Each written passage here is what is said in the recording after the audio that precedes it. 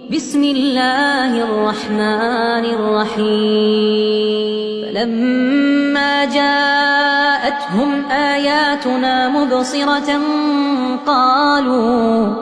قالوا هذا سحر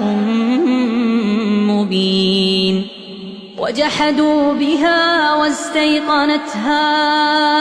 أنفسهم ظلما وعلوا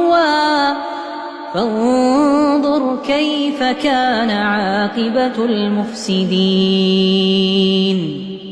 ولقد آتينا داود وسليمان علما وقال الحمد لله الذي فضلنا على كثير من عباده المؤمنين وورث سليمان داود وقال يا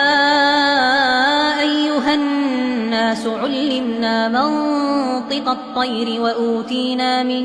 كل شيء إن هذا لهو الفضل المبين